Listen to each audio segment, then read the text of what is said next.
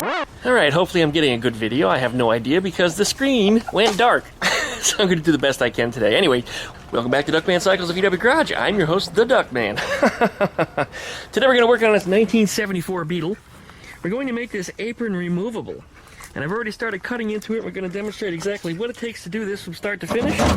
So that way you can see what it takes to remove it, to put it back on, and to make it so you can put it back on and take it back off easily each time without making it obvious that it looks like it's removable. In other words, no clips, no pins, no ropes, no dongs, none of that. You should be able to just bolt it on and take it back off and it looks like it's factory stock.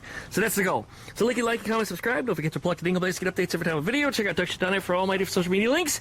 And we'll be back right after that intro. I hear you over there. I hear you. Coming over here playing. Is your mommy chasing you? That's his mother.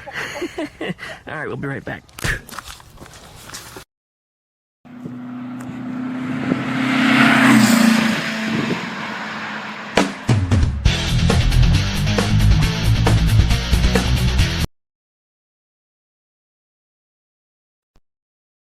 We will need some basic tools to get the rear apron removed. We'll need a hammer and a punch. Punch is very important with a nice sharp point on it. And then we're going to use this weld buster bit. You see this right here? This is very interesting because the hole that we punch, this will go right into that hole. And then of course with a nice competent drill, we should be able to drill that right into there and it'll bust the weld right out of it. Now you can use a regular drill bit. That is an option, depending upon what size the weld is. Sometimes the spot welds are big, sometimes they're small, sometimes you have to start with a small one and go to a bigger one. The fact is the weld buster, it's a lot easier because sometimes it'll only go through one panel without destroying everything. Whereas this, you have a tendency to probably drill through both welds.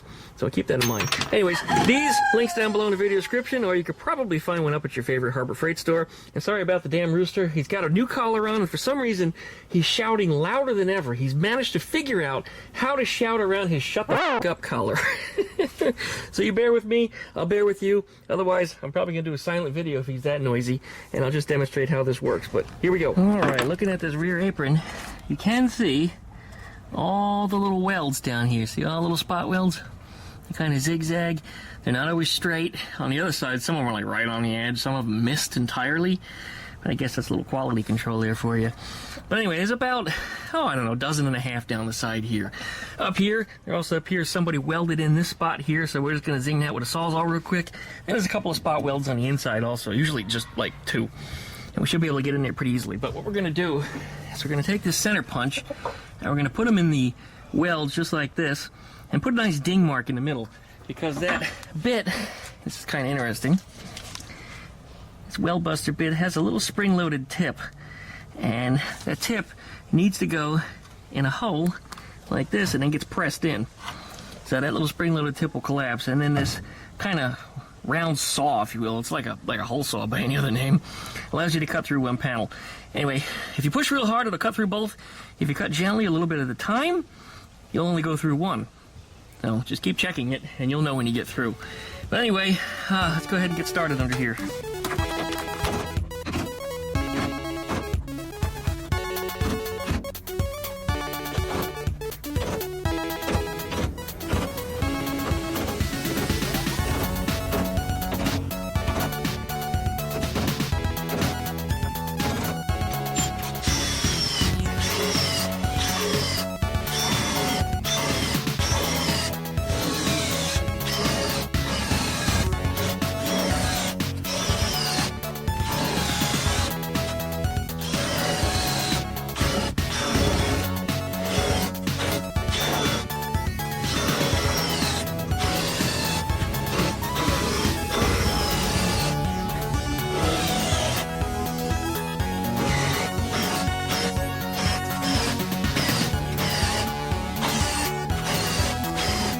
Alright, now if you got this right, you should start to see that this thing's popping off. That's exactly what it's doing. I can actually get a screwdriver behind it and lift it. Down here, this is all coming off too, just the same. And in fact, it feels like, there it is, it just moved. So it's off. We need to just spread it just a little bit, because all those little pock marks where that weld buster is in, it's getting hung up on them. See, there it is. So it should lift past that. Okay, what we're going to do is we're going to hit this real quick with a Sawzall and just cut, I don't know, it gets about 1/4 of an inch into it. So you can see there's a weld there. I don't believe that's a factory weld. I think somebody added that later. We'll take care of that. And we got 2 spot welds on the inside. Those 2 spot welds also. One here, and there's one here. Now you may not be able to see them. In this case I didn't. They were covered with goo. But if you look around the other side, you can usually find them. Well, in this case, let's see, where are we? Yeah, I thought they were right here. Yep, there's one right there. That one there. And that one right there. Anyway, those need to be drilled through. You can cut them from this side if you want to, but I recommend going from the other side on the apron because you're actually going to be cutting a section of it off. You should get a little tab or an ear that sticks out like that. And on a removable apron, we're going to actually cut that off because we don't need it anymore. All right, well, cut through here, bust those welds. This whole apron should pull out.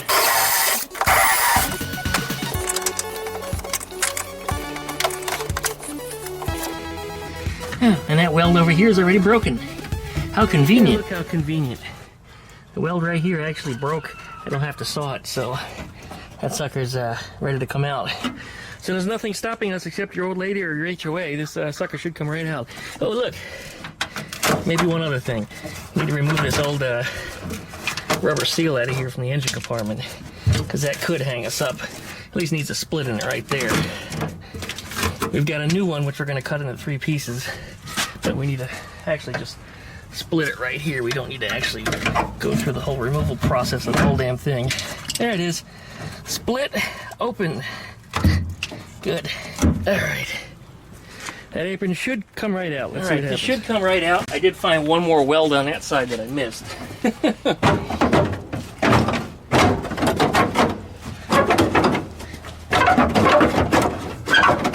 Come on.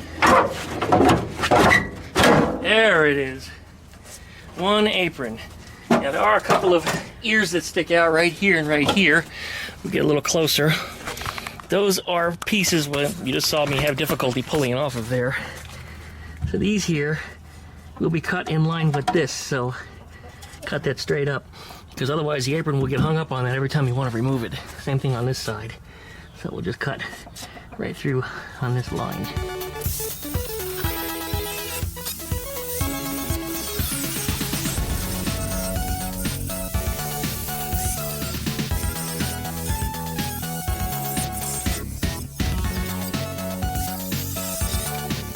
Rear apron, these ears or tabs I was talking about earlier, these are coming off. These are just going to get in our way, so we'll cut them off right on the bend line here. Same thing on the other side over there. Just zing it right off.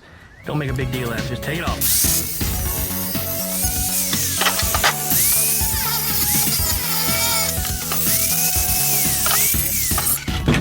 All right, let's try fitting it back on. Not too much to this. If I got my cuts right, and I believe I did the first try, because, you know, I've done this before. Should go in. Looks like there's a little piece of metal bending out over there that needs to be straightened. This should slide right in here.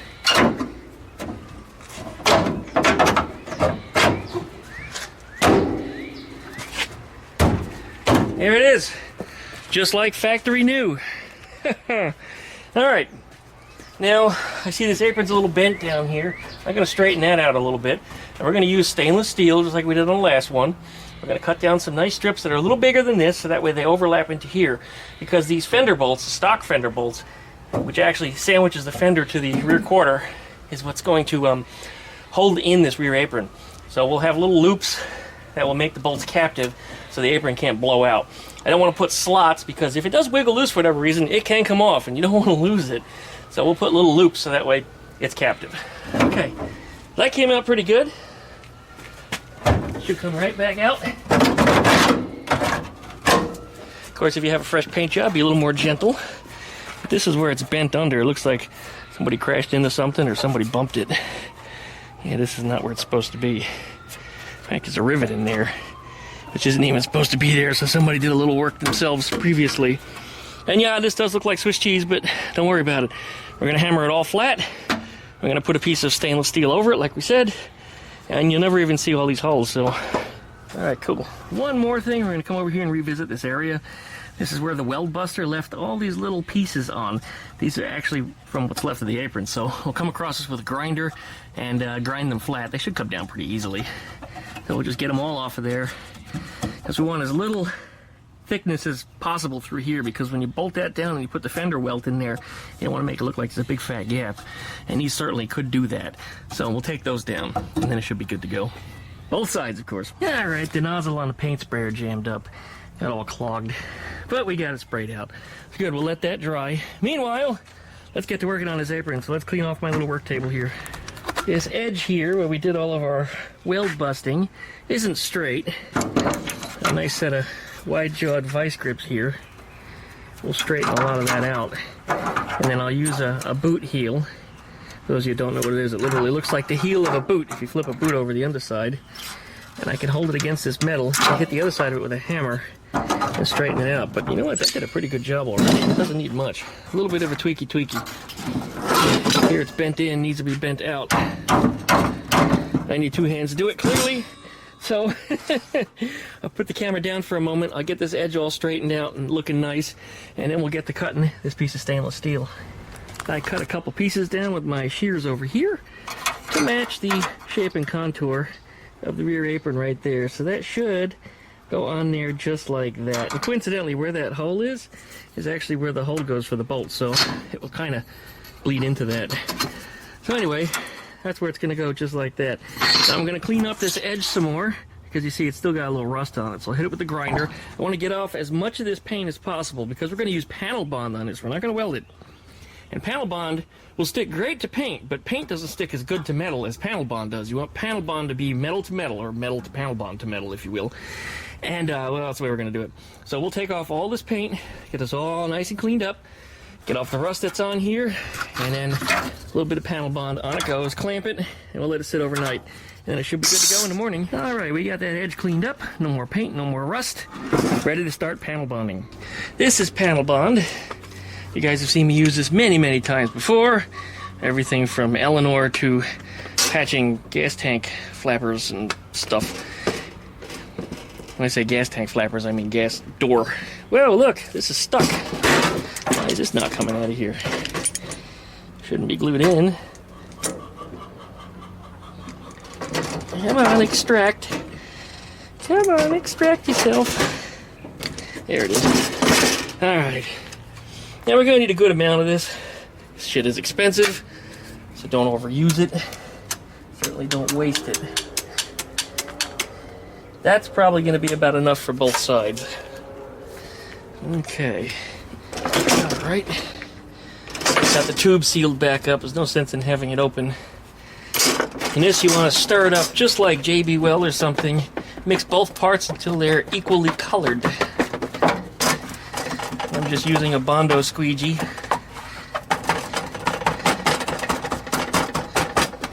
This stuff, I think, has 1 to 2 hours of work time, which is pretty good. Far more than Bondo, so you don't have to work that quickly. But if you are doing a lot of different things on a car, like running around in circles, it might be wise to do it all at once, but move fast, because an hour goes by pretty quick. There are 2 different part numbers of this panel bond. There's the 1 hour and 2 hour kind. Links are down below in the video description. People always ask, Duckman, where do we get the stuff that we see in your videos? And I don't know, every video somebody asks me, and nobody looks in the video description. So please, guys, look in the video description and click those links. That way you can actually see what's there. Alright. We should just about get this. This doesn't need to be very much, because this stuff is going to be spread on kind of paper thin. Alright, here we go. Right on here, just like this. And a lot of it's just going to go through the holes that are cut on here.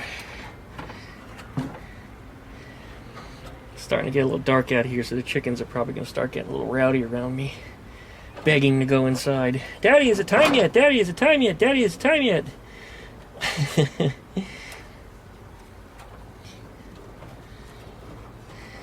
Alright, that gets that side. This is the panel that I made. The holes in it. The part end that's pointy or scalloped, if you will, goes on this end. And then this has to be bent straight. It's a little twisted. Wonder what I did to it. Guessing I was running a hole saw through it. It's gonna go on there just like that. Okay. Yeah, usually that'll stay.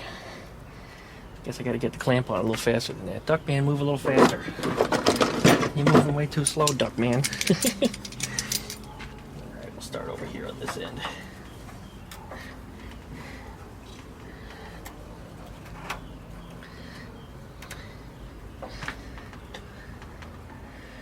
Making sure that my holes line up. Making sure that we're not doing any serious overlapping here, which I got a little overlap there. That'll get it. Good.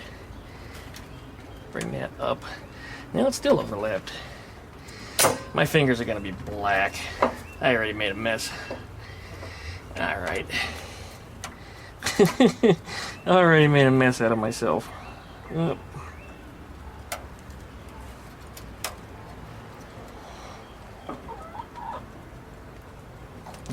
That'll probably get it. Yep, that got it. Good. We need to adjust it at all. I can do it gently with a grinder and take off a little metal should we need to. Alright. Put this in here just like this.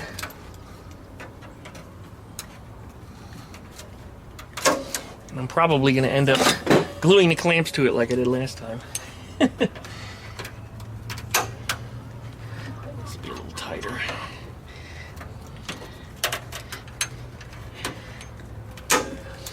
The goal is to get it to squeeze through all the holes that are on the back side. It looks like it did a pretty good job of that, if you guys can even see. It's starting to get a little dark. But I think that's it. I'm going to do the other side and get it all wrapped up. So I can need one more clamp right there on the end. Not a big deal. We'll just stick one right in there, just like that. Excellent. Okay, that will sit till tomorrow. We'll hit the other side. I'm going to stop the video, and we'll see you guys in the morning. Not very much of that panel bond left. And there it is. We're going to leave that sit till tomorrow. Fantastic. All right, it's about 11 o'clock, which means it's about the last of the shade that I get out here. But this has been left to harden for 2 days, so this panel bond should release. At least the clamp should release. Hopefully I didn't glue too many of them on. I assure you I probably did. This one looks like it's glued on, yeah. Yeah, it broke free, no big deal. That one's off, that one's off. That one is semi-glued. Yeah, we did pretty good this time around. There's some panel bond in there that does need to be sanded down. It is lumpy bumpy, not a big deal. But there's the final product. That's what you're looking at. Again, I'll just buzz off the edge here with the sander. This panel bond does sand down pretty easily, so no big deal. But there's our holes for the bolts. Should be the same on the other side. Yeah, it looks like I bent it a little bit with the clamps. Not a big deal. Straighten that out. But again, sand this down. Should be good to go. Yes, I see you, buddy. And I also see there's an egg over here. Good thing I didn't step back. So, alright, well. Check out how strong that panel bond is. Yeah, I left that sitting there. I think I had the clamp behind it. I didn't think much of it. I just kind of stuck it there. I should have wiped it off a little better, but it's on there pretty good. That stuff is tough, I'll tell you what. Alright, one other thing we noticed over here is that one of the captive nuts is missing. So I have to get a captive nut and weld it in there. I could probably panel bond it, but I think this one I'm just going to weld. I just wanted something to be on it to stay secure, because this is an area that does like to rust, because the spray from the tires does come up into this area. So typically the bottoms of these get lost. So it's not surprising that captive nut came out. The one on the other side is still there. I'll run a tap through it just to chase the threads. I'm going to do that to all the fender bolts just to make sure that everything bolts in there correctly. But that's what we got. That's where we're at. And then once we get that far, we'll start up the next video. We're going to do the throw-out bearing, the cables and controls and pedals, because everything's nice and exposed right now, so this will be the time to do it. And we'll throw the engine in and see if we can get it running. This here is our little captive nut. This is what we use to put in these holes here. Yes, Boomer, I see you. So that will get welded in there just like that. And that will solve that problem. Yes, Boomer. You're looking at Daddy in his summertime shorts. Yeah, he looks like an asshole, doesn't he? So anyway, we'll tack that sucker in there and that will solve that problem. We've got that new captive nut welded in here on the bottom. Should be able to stick this apron in here. Best way to do it seems to be to push it into one side and then press over and up and in, just like that. And then we can throw our nuts and bolts in, despite not having a, shit, I'm actually missing a couple pieces here. Despite not having any fenders on here, you can still mount it and test to see, make sure everything fits right. And I suspect it'll probably be just fine. I am the duck man after all, right? I don't buy into that. I make mistakes too.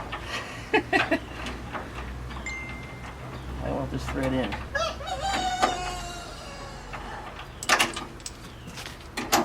What's going on here? The threads don't look boogered. Try a different bolt. There it goes.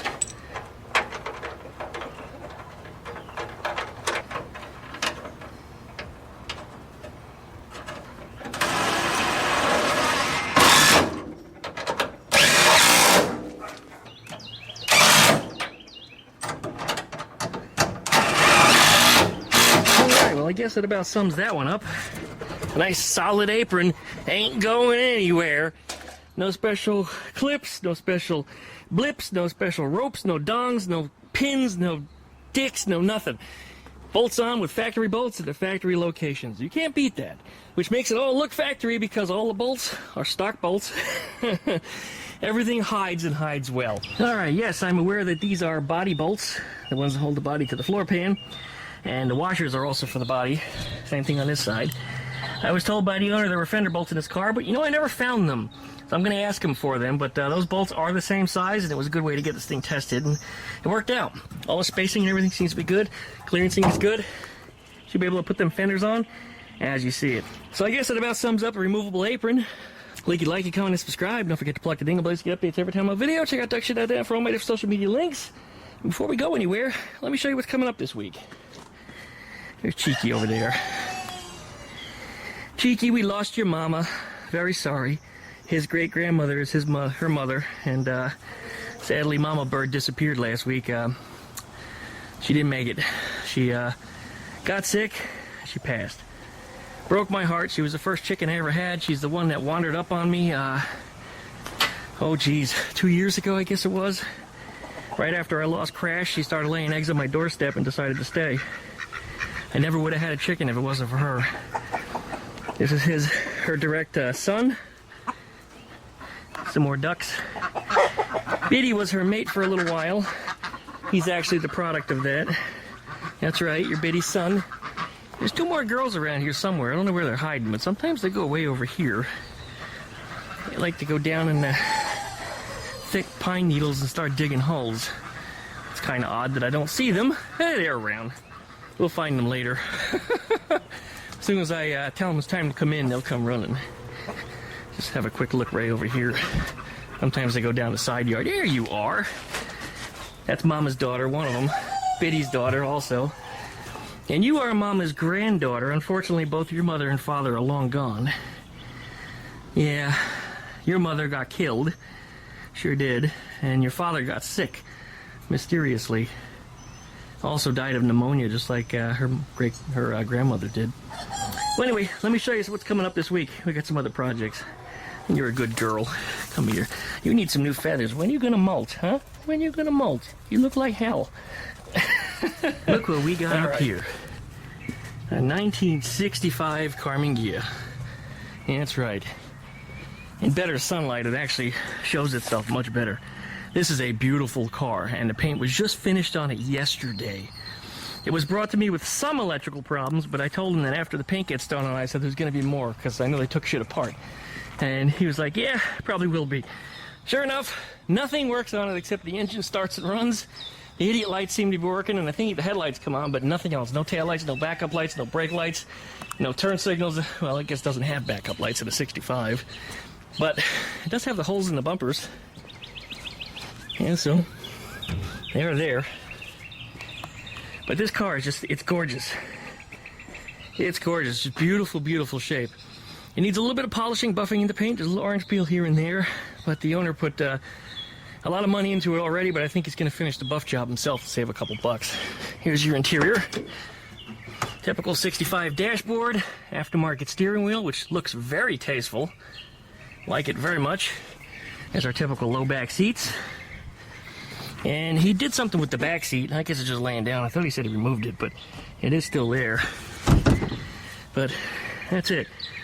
65 Ghia will be coming up. Probably this week with some more videos. I gotta work on the electrical, as I said. It's quite a nightmare because nothing works. Who knows? Could be easy. I could find that one wire that's off or in the wrong location. You put it in the right spot and everything starts working. I have gotten that lucky before, but will I be that lucky? I guess we'll see. But you know the drill, you guys. Like, comment, subscribe. Don't forget to plug the ding bell to get updates every time I have a video. Check out Duck Shit down there for all my social media links. And thanks for watching. We'll see you guys next time.